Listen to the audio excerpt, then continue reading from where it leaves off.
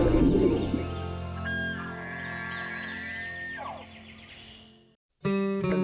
Afield. Every week, Kentucky Afield brings you features on hunting and fishing across the state. What a nice fish.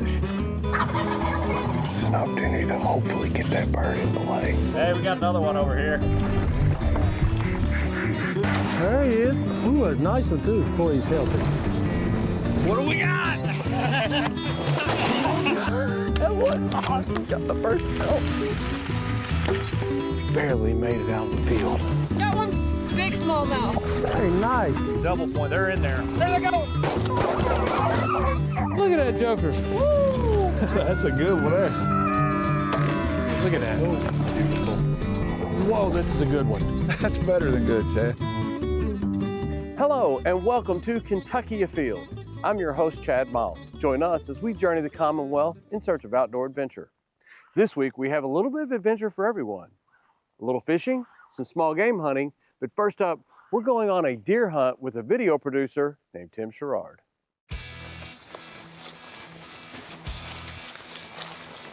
Well, Tim, you and I, over the last 3 years, have you been a video producer at Kentucky Afield, something like that? Yeah, 3 years. We've had a lot of chances to get out and hunt together, but this is a little different. Today, you're not carrying a camera, you're actually carrying a rifle. Yeah, that's right. It's a little weird, but I'm really excited for it. Well, I'll tell you what, I have high expectations for this spot because the way this wind is blowing, if we can use these woods, and we're gonna be on the ground, we're gonna be able to see a lot of ground. And if we see some deer, we might be able to use the hillsides to make a move. But I say we get up here on the end of this little tree line right on top of this hill. I think that'll be probably our best bet. It's gonna be a good hunt. A little spot we can tuck in right there. We ought to be able to see all the way to that big white tree, which I think is about 400 yards from here.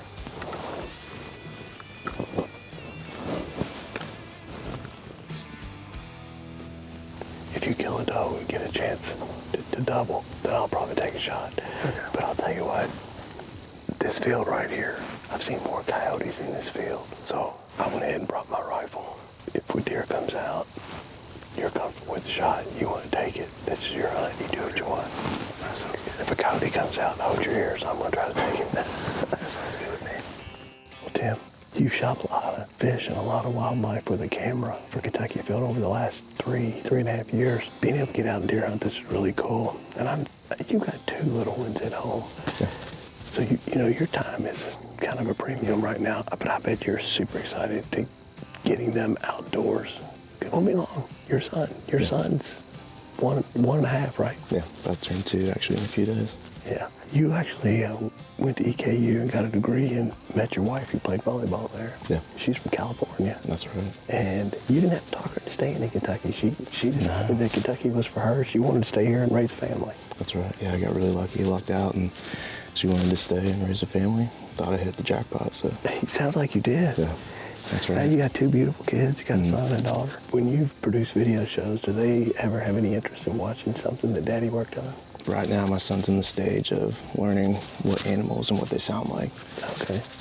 Recently, when turkey season rolled around last spring, I went onto the YouTube page for Kentucky Afield, and we watched my old turkey hunting segment I did last spring. That hen called that gobble in for us. And yeah. He loved watching that. He liked the gobbling noise and everything. That's so cool. You've got to do some really cool hunts. I mean, there was our turkey segment that you're talking about.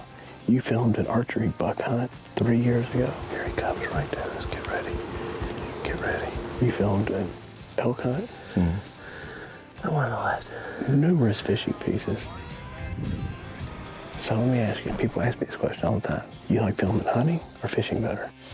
That's a tough question. That was a really tough question. I would say, I mean, being out on the lake and the stillness and everything, it's hard to beat, but I could say the same thing for sitting in the woods. Yeah. It's a great time, and but if I had the answer, I'd probably pick hunting. Yeah. You know, it's interesting because a fishing trip, there's not really a high point and a mecca. Like, okay, the peak, this is what we're here for. You know, you catch a couple fish, multiple fish. When you go on a hunting trip and you're on a deer hunt or a turkey hunt, when you pull that trigger and you take whatever game you're hunting for, you know that was a crescendo. That's why we're here, right? Yeah. So it kind of has a little more excitement, I think. Yeah, it's a little bit more reward, I guess you could say. Yeah. It's a lot of fun when it all pays off and everything lines up. They're all rewarding in some form or fashion, and it's amazing the job that you guys do, taking a day in the field and turning it into an 8-minute story. Yeah. So I appreciate all the effort that all you guys put in, and today, Yeah. hopefully you get out here, and it's going to take longer than 8 minutes, but hopefully you get to sit out here today and we get a chance to take a doe. Yeah, pleasure's all mine. It's a great opportunity. I'm loving every second of it.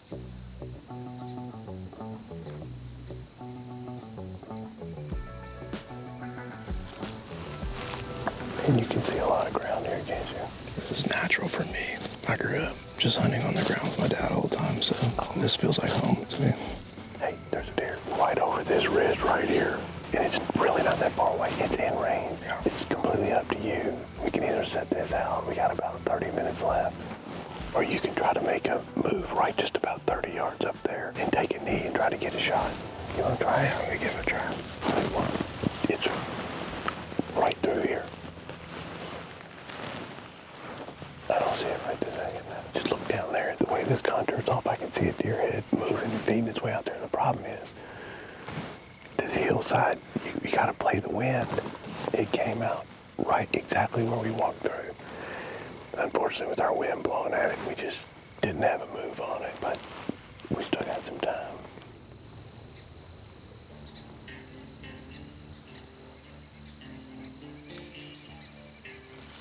Got 2 does coming out right across from us right here. You see them? Okay.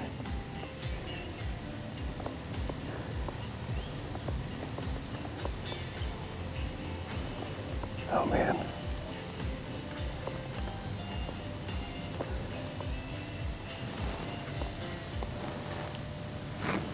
That one ran out. Now we just got one, but it's coming right at us.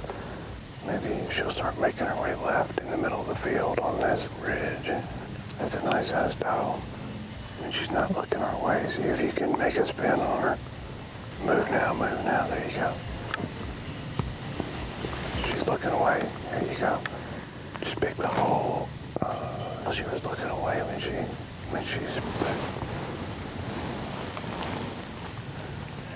She was looking away from us when she took off. Oh, here comes it. Here comes a buck. You see that buck? That's what freaked her out. Oh, that's a pretty good buck too. Walking right at us.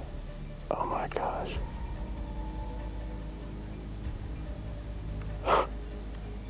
That is a beautiful 10-pointer.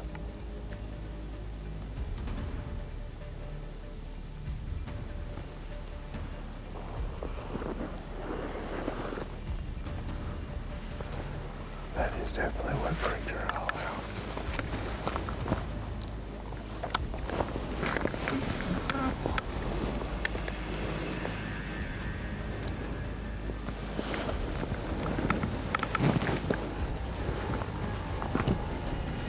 Matt. He's running like he's been hit. Oh, man. We thought those does were going to come out and give us a shot. And then they turned and took off running. I look back and I just saw antlers. I'm like, that's a good deer. That was a great deer. I think that's the biggest buck you've ever killed. Oh, hands down, yeah. That was, man. He was not near as cautious as those does were. No, he had his head on the ground. He had his mind on one thing, and it wasn't us. No, not at all. Not at all. Oh, gosh. I blacked out. That was ridiculous. That was exhilarating. I'll tell you what. Wow. When I said there's a buck, did you immediately see it? I did immediately see it. I can tell you what, my heart just beat right through the roof. It was crazy. Oh, man, I could hear you breathing. Yeah. You got on it really quick. Yeah. I didn't have to do nothing. I just had the perfect spectator seat to watch it all go down. That's right, yeah. I kind of know how you guys feel now because I was sitting there watching and I heard you make you went and that deer locked up and stopped. And I mean, you must have been crosshairs on, ready to go. Yep. You immediately pulled the trigger and I saw the skin on that animal just ripple. And it turned and took off and kind of was flagging a little bit, but you could tell he was hurt. Yeah. Let's go check it out. All right, that sounds good. I thought he was standing like right here.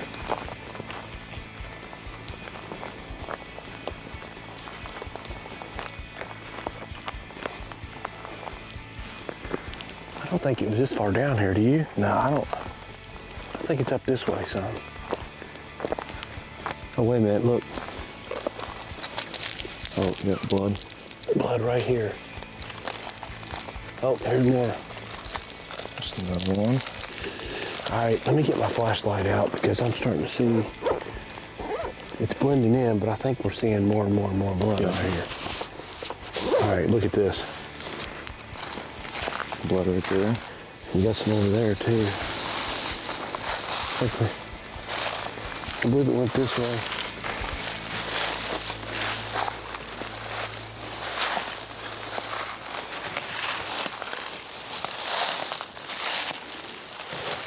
Here we go, more and more. Here. There he is. Oh, right there he is. Oh, man.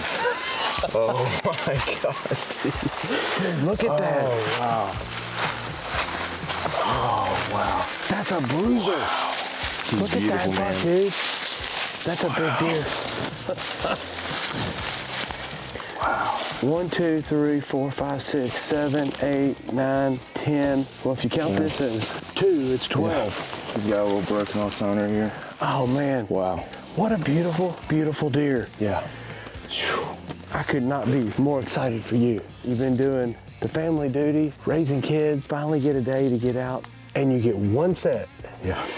And we thought, man, we had a doe, and we didn't get to make a move on it because it came out right downwind on us. Yep. In the waning minutes, 2 does come out, and we thought, well, here we go. Perfect, we're gonna get a chance at a doe, and they run off because of this big guy. This guy was out there And I pushing can him smell around. him. Oh, yeah. He is fired up and ready to go. He was. And the second I saw the antlers, I'm like, oh my gosh, I could see there was at least 6 on the side, and I was Yeah. like, this is a big deer. It is. And man, did you put a smoke show shot on him? He didn't go very far. I just can't believe that. I can't believe it. I mean, it presented just a perfect shot, and it's just crazy how that works out. You know, It's beautiful. It happens so fast. You can sit there and you can think, today I spent all this time in the woods and it was for nothing. And then literally 20 seconds later, you're going, this was the greatest time of my life. Oh, yeah. And that is the thing about hunting, is that it goes from 0 to hero in a matter of seconds sometimes. That's right. 10 seconds later, you're punching a buck tag with the trophy buck of your life. Yeah. I couldn't be more happy for you, Tim. Thank you. I Nice really job, appreciate man. it. Thank you.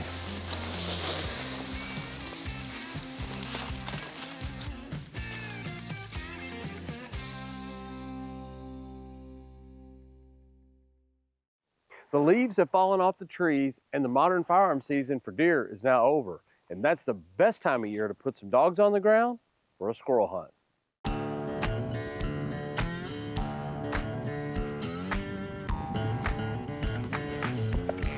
We're down here in Trigg County today, and we're getting ready to do something that I don't get to do as much as I'd like, but it's always a blast. And that is squirrel hunting with dogs. So you guys brought us down here, and you got a big piece of property here that's got a bunch of wildlife on it, and you brought some dogs with you. What type of dogs you guys bring? They're fast. Okay, feist. So feist dogs, they were kind of bred to do several different things, but squirrel hunting is what people use them the most for, isn't it? Yep. They'll tree other game, but mainly squirrels what we use ours for. Yeah. So this is a piece of property that you own, and you told me you've been squirrel hunting for a long time. What makes hunting with a dog so much more exciting? You never know what's going to happen. Sometimes it's chicken, sometimes it's feathers. So how many dogs we got today? Got 3. Okay, 3 dogs, and they're all mountain feist. How many dogs you bring? Well, I've got 1 dog. He's got 2. Okay. Let's go meet your dogs and put them on the ground. All right.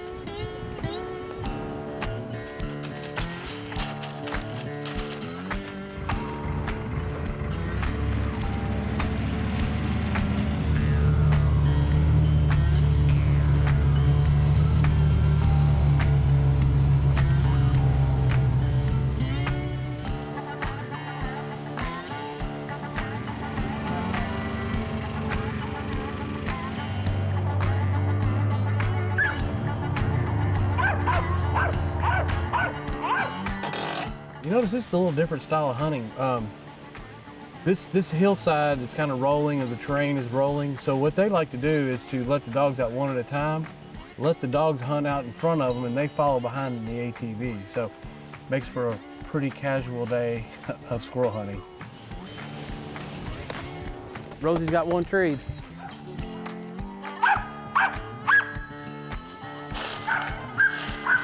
We got 2 squirrels right here. You gonna take the bottom one? Whenever you're ready. There you go. Great shot. Yep. There they go.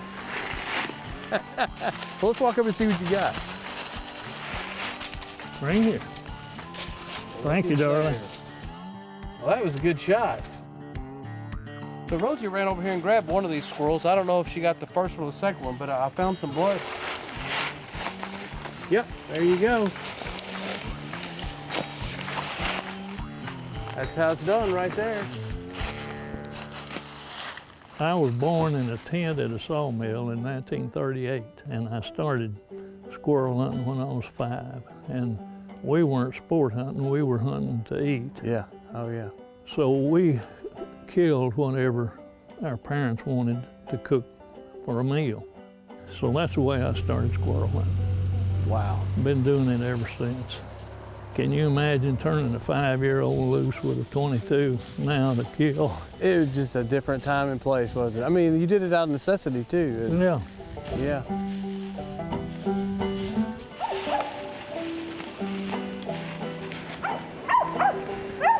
Tree won't hold still for me to shoot.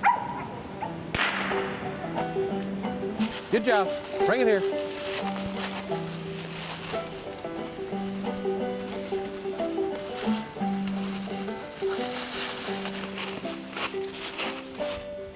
There you go, nice shot. That dog did a great job.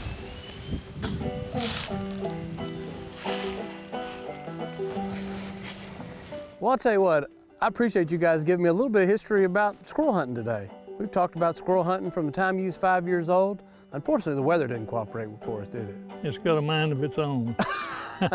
You know, we know there's a ton of squirrels where we hunted, and the dogs did really good considering the situation, but we start dealing with these wind gusts of 20, 25, 30 mile an hour. They decided to hole up on us, I think. But and I'll tell you what I really like. I like watching how you guys have used some of the modern day technologies of the GPS and the ATV. It kept you out here chasing these squirrels up and down these hillsides. You don't see any end in this game, do you? You're going to keep going, aren't you? That's right. As long as I can. And I really appreciate you coming out here and bringing your dogs and taking us on this hunt. You're very welcome. We appreciate you coming too. It's been a lot of fun. Hopefully the next time Mother Nature will cooperate and we'll have a better hunt. Okay. Thank you guys. Thank you. Are you an angler that's looking for new ways to access new bodies of water? Well, maybe you should consider kayak fishing. One of the questions I get all the time is, what's your favorite type of fishing to do? I'm very fortunate that I get to do a lot of different styles of fishing, but today, this is probably my favorite, and that is bass fishing in the late winter, early spring for bass. This is the best time of year to go out and catch a really good fish. So, what type of conditions are you looking for? I look for 2 or 3 days of fairly stable, warm weather. The first 2 or 3 days that we get, that's when the bass come from their winter hideouts in the deeper water and they move up into the shallower flats looking to feed and looking for a place to nest. This is a really good time to catch a big fish. If I can find a body of water, a pond, or a small lake that doesn't get a ton of pressure, these are the perfect locations to catch big largemouth bass late in the winter, early in the spring. Type of lures I like to use. I like to start out fishing spinner baits, chatterbaits, things like that, rattle traps. A lot of vibration, we're trying to create a lot of commotion, bigger lures. If that doesn't work, then I'll start moving into a slower presentation. Jerk baits, they work really, really, really well. Or bigger soft plastics like Cincos or maybe a brush hog or something like that that I can move at a slower pace. I fished this place one time before. I caught a really big fish. Oh my goodness. Oh my goodness. 7 pounds, 6 ounces. Let's get the boats out and let's try to see if we can't catch a nice largemouth bass today. I'm so incredibly excited. I'll tell you what, I don't think you can beat starting off with a chatterbait in these conditions. It's a pearl white color. It's gonna create a lot of vibrations in this stained water, and I can move it really, really, really slow in and around cover.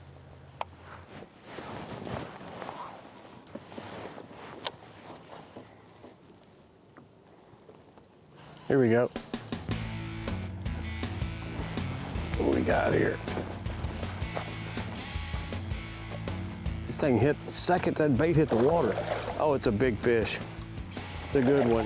This is a 4 or 5 pounder.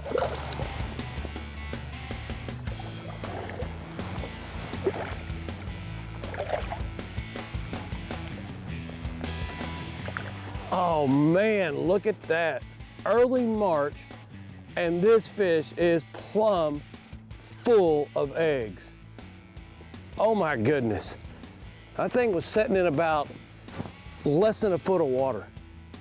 And it hit that chatterbait as soon as it made contact with the water. This is probably pushing a 4-pound fish.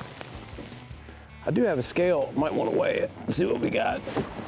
4 pound, 1 ounce because of that big old fat belly. Let's get it back in, turn it loose. All right, I'm gonna pick up and move about another 30 feet. We're gonna kind of do that all the way down this bank. Here we go. Small fish. I tell you what, little bitty fish there. I've got this small spinnerbait and it's in a gold, which is really good in stained color. I never throw a spinnerbait on a spinning reel, but I'm doing this today mainly because it's a very light spinnerbait. So it's working pretty well with this lighter line here. So that's the reason I'm throwing a spinnerbait on a spinning reel.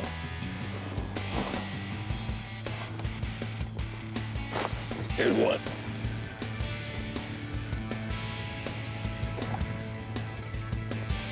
Tell you what, these are fun to catch. It's amazing, a body of water that's got so many fish in it. They're really spread out. All the small fish are down here where the wind's blowing in this shallow flat. And it seems like the 2 really good bites I had were back that way. So I'm gonna sit down here and play around with these a little more. Try to catch a big fish down here. If I don't have any luck, you go back down there and fish that bank and try to pick up a big pre-spawner. Another 10-inch largemouth. Man, it is amazing how they are choking that spinnerbait down to be such a little fish. I mean, when they hit it, it's gone. Better watch out, buddy. There's bass in here that'll eat you.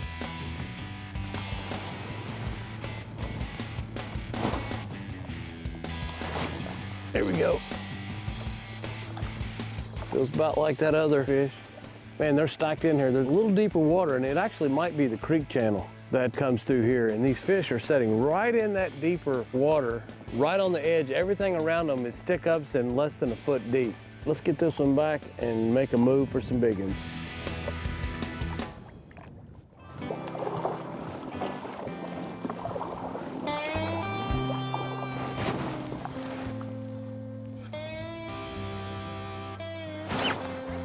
There we go.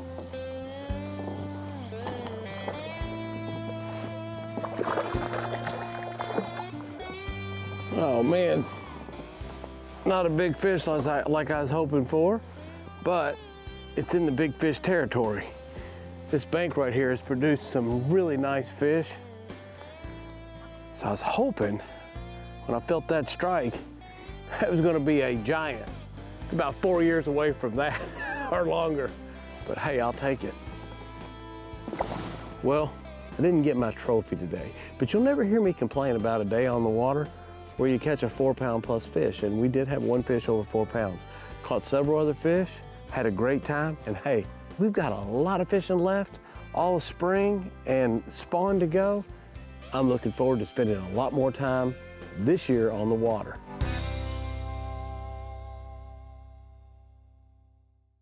Now let's check in and see who else has been out having fun in this week's Ones That Didn't Get Away. Check out this giant buck that was taken by Logan Koslow of Washington County. He harvested his 10-pointer that he said he has been hunting for 2 seasons. Nice job and great patience. Here we have 9-year-old Ryder Carroll with his very first deer, a nice 7-point buck that was taken in the second weekend of the season in Allen County. Nice job. Parker Ashby took this beautiful 10-point buck in Hopkins County on the opening day of modern gun season. Nice job. Julian Harden took this nice 8-point buck on the opening day of modern gun season in Breckenridge County. Congratulations. 9-year-old Sawyer Claire Thompson of Greene County took her very first buck on the family farm with her dad. It was a 7-pointer and she took it with her Ruger 243. Nice job. Here we have Michaela Ashley with her very first buck that she took on private land in Wayne County. Nice job. Are you still holding that buck tag? Well, good news. Muzzleloader season is just a few weeks away. It opens up on December the 14th. And remember, hunting and fishing on private property is a privilege. Always ask permission and thank the landowner. Until next week, I'm your host, Chad Miles, and I hope to see you in the woods or on the water.